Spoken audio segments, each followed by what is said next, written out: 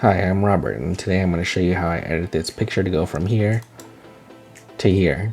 This is the second week of my 2013 New Year's resolution challenge. I challenged myself to go to the beach every week and photograph a seascape. This was shot at Moss Beach and Laguna Beach during a low tide. I didn't realize how rare these conditions were. Moss Beach is best shot during low tide. During high tide, the water can be all the way up the beach, covering all of the sand. This was also unique because there's these shells, I think they're mussels, on the beach. I don't see that very often. Let's start off by fixing the white balance on this image. It's a little too warm. Let's bring the temperature down a little bit. Try and get some blues in the skies. Right there looks good. We still have a nice yellow tone on the sand and blue tones in the sky. Let's scroll down to the bottom and start here. Calibration, we'll just leave on the most current version. Vignetting, we'll leave alone. We don't want any vignetting on this image. Now let's click constrain crop and level this image. It's not quite straight. I shot this on a Canon 40D, which doesn't have a leveler built in.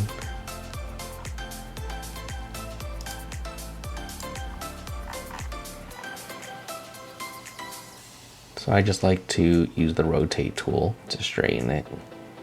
That looks about right. Then we'll check here. Looking good. We'll apply the profile corrections and remove the chromatic aberrations. I shot this on a Tokina 11-16 lens, the version 1, and it had a 3-stop soft edge graduated neutral density filter. And of course I shot it on a tripod because we have the nice slow shutter speed. Let's see what the settings were. Half a second. I always shoot at f14, and we had the ISO at ISO 200. We weren't quite shooting all the way wide, we're at 13 millimeters. I like shooting at f14 because it gets everything in the foreground sharp as well as the background. Let's add some sharpening to this image. We'll go to 100, then we'll add some masking. Hold down Alt. We don't want to sharpen the clouds too much. We'll go to about 70. Let's scroll up. We'll skip split zoning and the HSL panel for now and do some more global adjustments up here. Our exposure is looking good. We're all the way to the right, all the way to the left on the histogram, so we're not going to touch exposure. Contrast, I'm going to leave alone. Let's bring down the highlights and recover some of this sky. We'll go all the way down, bring the shadows up. If we bring it all the way up, it looks a little soft here in these rocks, so let's bring it down just a little bit. Looking good there. So we have a tiny bit of room to play with the white point and the black point, so we'll bring the white point up to +10. If we go to 15, we start clipping, you can see up here, so we'll bring it back to +10. We'll bring the black point down just a little bit to add some contrast. Looking good. Now we're all the way down to the left. So we still have a little bit of pink tones.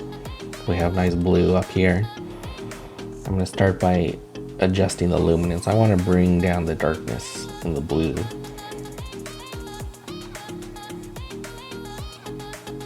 Right around there. We'll bring the saturation up.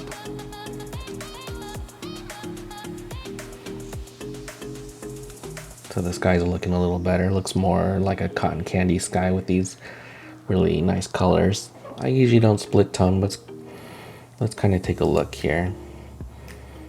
It's probably going to cause a little bit of a fake look because we already have so much magenta in the sky, but let's see if we bring it up a little bit.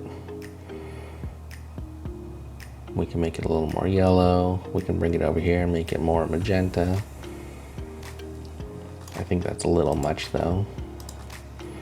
Let's just check on the shadows. Yeah, we're not going to use split toning. We'll reset it.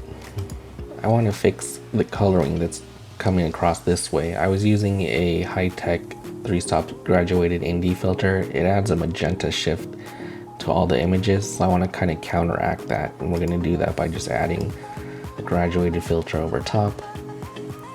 And we're going to cool down this area. You can press O to see which part of the images is going to be affected. So we're trying to get rid of some of this cast over here.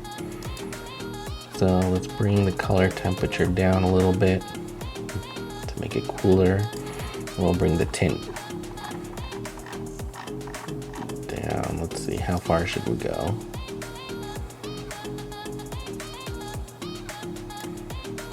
Right around there. You can click here to see before and after. So we removed some of the magenta shift that was caused by that filter. I don't really recommend those high-tech filters. They have just a strong magenta cast. Sometimes it looks nice, but in this case it looked a little unnatural. Next up, let's add a little bit of pop of color. I like these shells that are on the beach, but they're a little dark in this area. So let's add a radial filter tool and just add a little bit of exposure here and there, just to bring them up. Click new for a new one. Maybe rotate this. We'll add a little bit of exposure just to bring it up.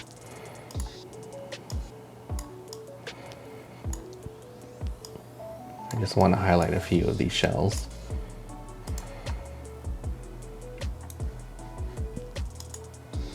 So it's a subtle difference, but it brings them out a little bit. That's all we're looking for. This image is looking pretty good now. I don't think I would do much more. Let's just fine tune our sky. I think we can go a little bit darker. Yeah, just a tiny bit darker. And the saturation's up a little bit. That's looking pretty good. I like the look of this sky. Let's click up here on our brush. Click on visualize spots. Doesn't look like we have any dust. Clean image. My sensor was still clean at this point. As time goes on, it becomes a mess though. So that's how I'd edit this image of Laguna Beach. Before you guys go out and shoot, before to check your tides so you know which beach you should be going to. I also check each spot on Instagram if I have time to see if there's anything unique going on, such as these shells. Thanks for watching. If you have any questions, please leave them below and consider liking and subscribing. Thanks.